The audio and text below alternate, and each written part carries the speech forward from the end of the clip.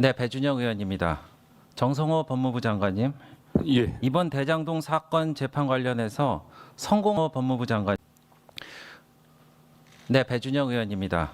정성호 법무부 장관님, 예, 이번 대장동 사건 재판 관련해서 성공한 수사, 성공한 재판이라고 하셨습니다. 무슨 예. 의미입니까? 예, 이 사건이 문제가 돼갖고 저희 법무부 출근할 때 여러 기자들이 이 사건에 관해서 물어봐갖고요. 성공한 수사라고 하는 것은 수사나 기소의 목적이 최종적으로는 범죄 피고인에게 중형을 선고받게 하는 거 아니겠습니까? 그래서 두 명의 피고인에 관련해서는 구형된 형보다 더 나았습니다. 구형량이라고 하는 게 수사 검사들이 봤을 때 이 정도 최고로 이 정도를 선고해달라는 요구사항입니다. 그리고 나머지 피고인들도 절반 이상의 구형보다 절반 이상의 선고를 받았기 때문에 수사에 있어서는 뭐 성공한 거고 또 공소유지도 최선을 다했기 때문에 성공한 공소유지다 이렇게 표현했던 겁니다. 민주당에서는 이번 사건 수사가 잘못돼서 국정조사 특검을 해야 된다고 하는데 그것에 대해서는 좀 결을 달리하시는 것 같습니다. 뭐 그렇지는 않습니다. 그리고 이 1심 판결은 7,800억 중에 400억 정도만 환수해야 한다고 판시했는데 이것도 성공적으로 보시는 것 같다는 말씀을 드립니다. 노만석 대행이 용산과 법무부의 관계를 고려해서 항소 포기 결정을 했다고 했는데 나도 힘들다고 하셨습니다. 장관님은 9월 30일 날 국무회의에선 제가 항소 상고를 제안하고 있고 주요 사건 관련해선 지휘하고 있다고 했고 제가 재심 사건 관련 항소 포기를 시키거나 진행 중인 사건에 대해서도 취하시키는 중이라고 말씀하셨습니다. 제가 매일 사건을 체크하고 있다, 매일 구두 지시하고 있다고 하셨습니다. 그런데 11월 10일 날 기자들 앞에서는 구체적 사건 이래라 저래라 지시하지 않는다는 것이 원칙이라고 하셨습니다. 단도직입적으로 제가 묻겠는데요. 법무부 차관에게 대장동 1심 사건 관련해서 어떤 지시를 하셨습니까? 저는 이 대장동 사건과 관련해서는 제가 공짜 3번 정도 얘기를 했습니다. 처음 이게 10월 30일 날 선고가 있었고요. 월요일 날 주말이어갖고 월요일 날 아침에 매일 아침마다 사건 보고가 옵니다. 사건의 보고를 받고 이 사건 갖고 뭐 중하게 선고됐거나 잘 됐군 뭐 이런 정도 했었습니다. 그리고 특별한 관심을 갖지 않았고 이게 언론에서 여러 얘기가 나오니까 제가 한 2, 3일 정도 후에 판결문을 대충 훑어봤었습니다. 그리고 목요일 날 11월 6일인데 그때 국회에서 예결위 종합질의가 있었습니다. 그래서 국회 와 있는데 예결이 끝나고 나서 대검에서 항소할 필요성이 있다 이런 의견이 있다는 얘기를 들어오고서 이게 뭐 중형 선고됐는데 신중히 판단을 필요치 않겠냐 이런 정도 얘기를 하고 끝나갖고 뭐 저희들은 다시 돌아갔고요. 그 다음 날 11월 7일 날 마찬가지입니다. 저녁에 예결위가 저녁 식사를 해서 잠시 휴정했을 때 약간 구두복을 이게 검찰에서 항소할 것 같다라는 보고를 받았고요. 그 이후에 실제로 이거는 뭐 보고라기보다도 식사 시간에 좀 얘기를 들은 거였고 그날 저녁에 예결위가 끝난 이후에 최종적으로 항소하지 않았다라는 보고를 받았습니다. 동문서답 하시는 것 같습니다. 법무부 차관이 검찰총장 대행에게 장관이 지휘권을 행사할 수도 있으니까 항소를 알아서 포기하라고 했다고 한다. 이렇게 법무부 차관에게 지시하셨습니까? 뭐 그런 사실 없습니다. 네. 대장동 사건 항소 포기 관련해서 신중한 결정하라고 3차례 보고받은 자리에서 이야기하셨는데 만약에 장관님이 대통령한테 특정 사안에 대해서 이렇게 합시다라고 3번 보고했는데 대통령이 모두 신중하게 결정하라고 하면은 보고한 대로 집행하시겠습니까, 장관님? 제가 뭐 신중하라기에는 처음에는 그냥 단순하게 사건 보고만 받았습니다. 두 번째도 뭐 거의 두 번째, 세 번째는 신중한 결정을 하라고 말씀을 하신 게 다 언론에 나와 있습니다. 제가 네네. 계속 진행하겠습니다. 신중한 결정이라는 게 국회에서는 어떻게 쓰이는지 잘 아시죠? 뭐 아니라는 얘기입니다. 어쨌든 뭐 동의 아니면은 받아들이는 신중한 분의 검토라는 거는 하지 의지가 말라는 되는 것 얘기고요. 같습니다. 이재명 대통령도 저렇게 말씀하셨습니다. 긍정적으로 검토해 보겠다. 밑에 보시죠. 안 됩니다라는 뜻입니다. 2번이나 그렇게 말씀하신 겁니다. 그래서 사실상 지휘권을 행사하셨는데 검찰총장에게만 특정 사건을 서면으로 하게 돼 있는 법과 정면 배치됩니다. 위법한 거 아닙니까? 이게 제가 지휘를 하려고 했다고 하면 서면으로 했을 겁니다. 만약 일선청에서도 서면으로 안 하셨죠? 일선청에서 그거 위법입니다. 지휘로 받아들였다고 하면 서면으로 지휘할 걸 요구했을 겁니다. 뭐 자, 그런 대검찰청 비공개 예규에도 따라서 항소하셨어야 되는데 물론 형량이 넘는 사람도 있지만 못 미치는 사람도 있기 때문에 항소하셨어야 됩니다. 다시 묻겠습니다. 왜 대장동 사건 항소에 반대하셨습니까? 저는 뭐 반대한 건 없습니다. 반대하지 않으셨습니까? 최종적으로는 사실상 반대하셨습니다. 이거 뭐 사실상 거하고 법적인 거하고는 다르지 않습니까? 네. 네. 그리고 PPT를 보시면은 보시는 바와 같이 대통령은 대장동 사건의 정점에 있는 피의자이며 법무부 장관을 지휘할 수 있는 인사권자입니다. 이번 1심 판결에서 400번 넘게 언급되었고요.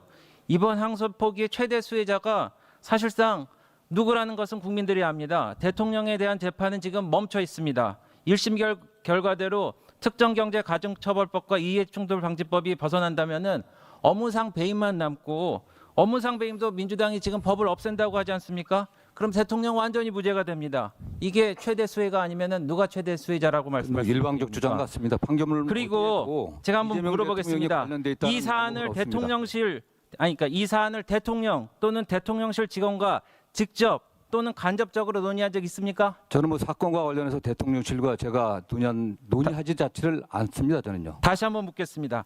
간접적이라고 제가 말씀드린 거는 법무부 간부와 대통령실 직원과의 만남 또는 전화도 포함됩니다. 다시 묻겠습니다. 이런 적 있습니까? 그런 관련 보고 받으신 적 있습니까? 그건 뭐 제가 그런 말은 전혀 없습니까? 책임지실 수 있으세요? 네, 그렇습니다. 제가 보고받은 바 없습니다. 네.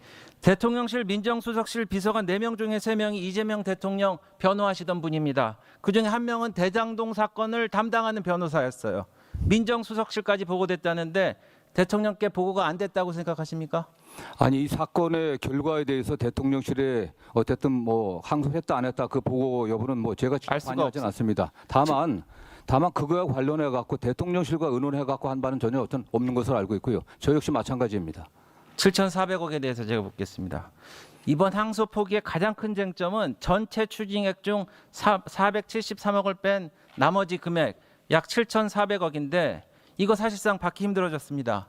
성공한 재판 맞습니까, 장관님? 이게 7,400억이라고 자꾸 얘기를 하는데요. 이 사건 수사나 기소가 문제 있었던 게 이게 3년 정도 수사 한 4년 가까운 기소가 있었습니다. 핵심적인 게 대장동 피고인들이 그 혐의자들이 어떤 수익을 얻었는지에 집중된 게 아니라 이재명 대통령과의 그 관련성을 파악하는 데 집중했던 겁니다. 그게 그래서 범죄 피해 그 배임 수재액에 대한 수사가 좀 부족했고 법원에서도 그런 면에서 입증이 좀 부족하다, 불명확하다고 판단했던 겁니다. 7천억이 넘는다는 주장도 그냥 검찰의 주장이었던 거고요. 다만 저희 입장에서는 그걸 입증하려고 전 최선을 다했다고 생각합니다. 그러나 그것이 그동안 4년에 걸친 수사 기소에도 불구하고 입증이 안 됐기 때문에 그 부분은 무죄된 거고, 다만 제 입장에서는 범죄자들이 수익을 갖다가 가져가는 건 안 되는 거 아니겠습니까? 아니면 2천억 정도가 추징 보존돼 있고 성남도시공사에서 지금 소송을 제기하고 있기 때문에 업무상 배임이 있기 때문에 이게 특정법에 적용이 안 된다고 하더라도 최대한 다시 입증을 해갖고 범죄 피해액이 민사소송에서라도 저희가 확보될 수 있도록 적극적으로 좀 뒷받침할 계획입니다. 그 부분. 민사소송 통해서 받으시면 된다고 그랬는데 법조인으로서 다시 한번 되새겨 보시기 바랍니다. 형사 판결이 확정돼야지 민사 손해배상 소송도 맞물린다는 거 잘 아시잖아요. 그렇지 않습니다. 네. 민사 소송에서는 손해액 입증 책임이 피해자한테 있죠. 그래서 형사에서 확정되고 국고 환수하고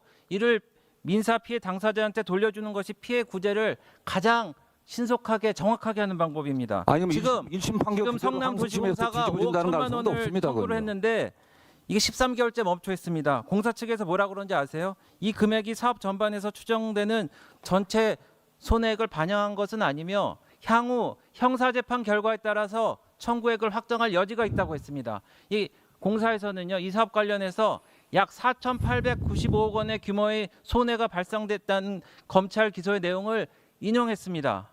그래서 공사도 형사재판에서 확정돼야지 이걸 받는 겁니다. 제가 좀 안 됐지만 옛날 얘기도 하겠습니다. 전두환 전 대통령 추징 관련해서 얘기하겠습니다. 형사소송에서 2,205억 원을 추징했는데 돌아가신 후에도 956억 원이 남았습니다. 추징 업무만 지금 28년째 하고 있어요. 고인한테도 받고 있습니다. 이거 어디서 하는지 아세요? 서울중앙지검에서 하고 있습니다.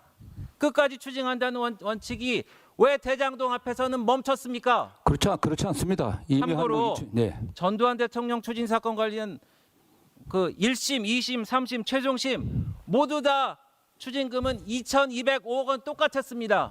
근데 왜 항소하고 상고했는지 아세요?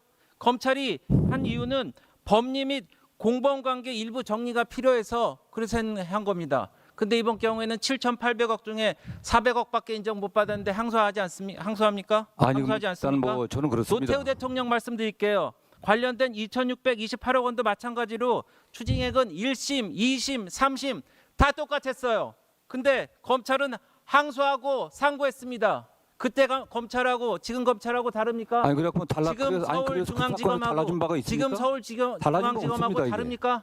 아니 1심에서 그렇게 판결이 났다고 해서 1심 법원 판결은 전부 잘못된 거기 때문에 항소심에서 저는 그렇습니다.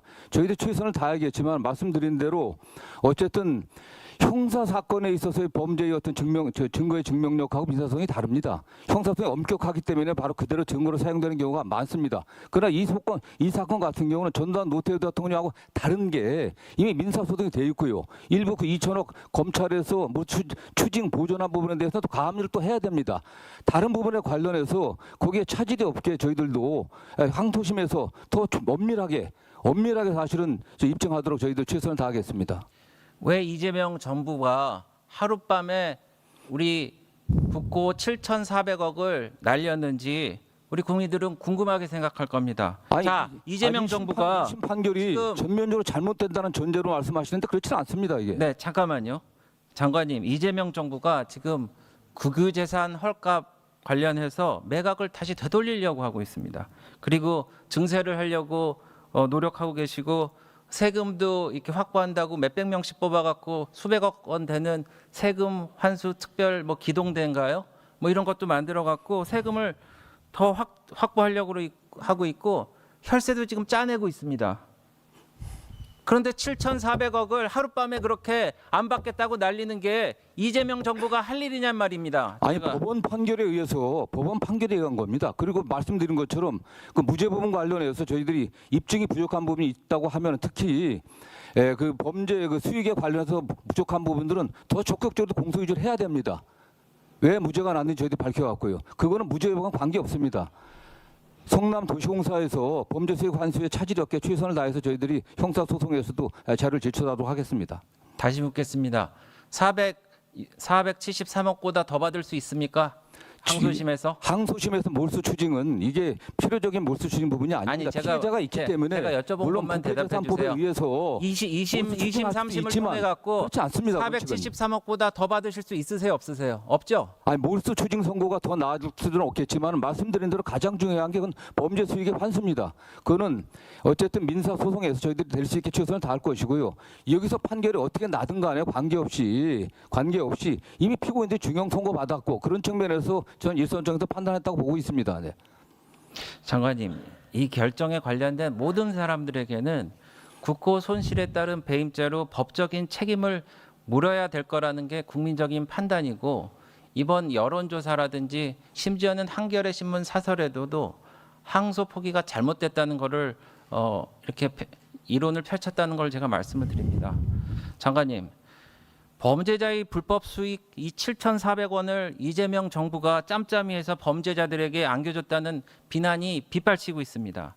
대장동 사업 당시 헐값에 땅을 수용당하고 집에서 내몰린 많은 사람들 보기가 부끄럽지도 않는가 이런 얘기가 팽배하고 있어요. 중앙지검장이 사퇴했습니다. 이제 검찰총장 직무대행도 사퇴 압력을 받고 있어요. 이재명 정부에서 임명된 검사장급 이상 대부분이 검찰총장 직무대행에게 사퇴를 촉구하거나 잘못됨을 질타하고 있습니다. 얼마 전에 민주당의 김병기 원내대표가 이 검사들에 대해서 말씀하셨습니다. 한 줌도 안 되는 친윤 정치 검사들의 구태타적인 항명이라고 했는데 장관님 동의하십니까? 저는 이런 그 개별 사건에 항소 여부에 관련해 갖고 검사장들이 집단적으로 의사 표시를 하는 것은 매우 바람직하지 않다고 보고 있습니다. 더 중대한 사건도 많이 있었습니다. 잘 아시는 것처럼 내란 비상계엄의 수개로 재판받고 있는 윤석열 대통령께서 그야말로 관행에 완전히 어긋나게 구속 취소됐는데도 한마디도 안 했던 사람들입니다. 저는 이건 바람직하지 않다고 보고 있습니다. 더군다나 이 부분은 항소 여부는 말씀드린 것처럼 만약 일선에서 그런 의견이 있다고 하면은 저는 그 내부적으로 해야 될 문제지 집단적으로 의사 표시하는 건 저희 검찰 발전에서 좋지 않다고 생각합니다. 원내대표의 의견과 동의하신다는 말씀을 제가 알아듣겠습니다. 제가 한 가지 또 여쭤보겠는데 1심 재판부는 김만배 씨 428억 원 뇌물 약속 혐의에 대해서 배임의 범죄 수익을 분배한 것에 불과해서 별도로 뇌물죄는 구성하지 않는다고 해서 무죄로 판단했죠. 근데 업자와 공무원이 결탁해서 벌어들인 범죄 수익을 나눠 갔는데도 뇌물이 아니라는 이 판결에 대해서 검찰이 왜 안 다툽니까? 다투지 않는다면은 향후 공무원들의 부패 행위에 면죄부를 주는 법리가 되지 않을까요? 예를 들어서 공무원하고 이 업자가 있는데 뇌물로 주고받으면은 이 처벌을 받는데 너무 친해서 너무 경제 공동체가 돼서 수익을 분배한다고 해갖고 이게 공동체니까 뇌물이 성립 안 된다는 이게 항소를 안 하셔갖고 법리로 굳어지고 판례로 굳어지고 그러면은 앞으로 어떻게 할 겁니까? 그러면은 앞으로 업자들하고 이 공직자들하고 서로 이 법망에서 벗어나려고 그러면은 뇌물로 주고받는 게 아니고 그냥 아예 우리 경제 공동체로 똘똘 뭉쳐갖고 수익을 나눕시다. 그러면은 처벌 안 받지 않습니까? 이런 판결에 대해서도 성공한 재판이라고 생각하십니까, 장관님? 저는 너무 일반화시킬 수 없는 사안이고요. 법원 판결 내용에서도 이건 뇌물이라기보다는 사전에 둘이 공모해갖고 수익을 취한 것이기 때문에 배임죄에 포섭되는 부분이다. 배임죄에 포함됐기 때문에 별개로 뇌물죄로 선고할 수는 없다. 이렇게 판단한 것으로 알고 있고요. 네. 죄가 없다는 게 아닙니다. 네. 네, 장관님 제가 이제 말씀을 듣다 보니까 굉장히 답답함을 느낍니다. 장관님은 이 대한민국 검찰의 인사권을 행사하시고 재정적으로 서포트할 수 있는 최고 책임자신데 이게 검찰과 법무부는 다르고 이재명 정부의 검찰이 항명을 하고 있기 때문에 이 모든 사태가 있다라는 그런 핑계로 돌리시는 것 같아서 좀 가슴이 아프다 제가 이런 말씀을 드리고요. 장관님, 이 모든 책임을 지고 사퇴하셔야 된다. 장관님, 이 모든 책임을 지고 사퇴하셔야 된다는 국민적인 여론이 있고 의견이 있습니다. 이에 대해서 본인의 입장을 밝혀주십시오. 제가 어떻든 정치적 책임을 저는 회피할 생각이 없습니다. 다만 검찰이 처리한 수많은 사건의 일부입니다. 저는 개인적으로 전 정권 하에서 일종의 정치보복적인 어떤 수사 하나 때문에 장관이 이걸 책임지고 사퇴하는 것은 바람직하지 않다고 보고 있고요. 제가 할 일은 검찰 개별 사건의 어쨌든 당 부를 갖다 판단하는 게 아닙니다. 법무부에서 하는 일은 다른 것도 굉장히 많이 있습니다. 네.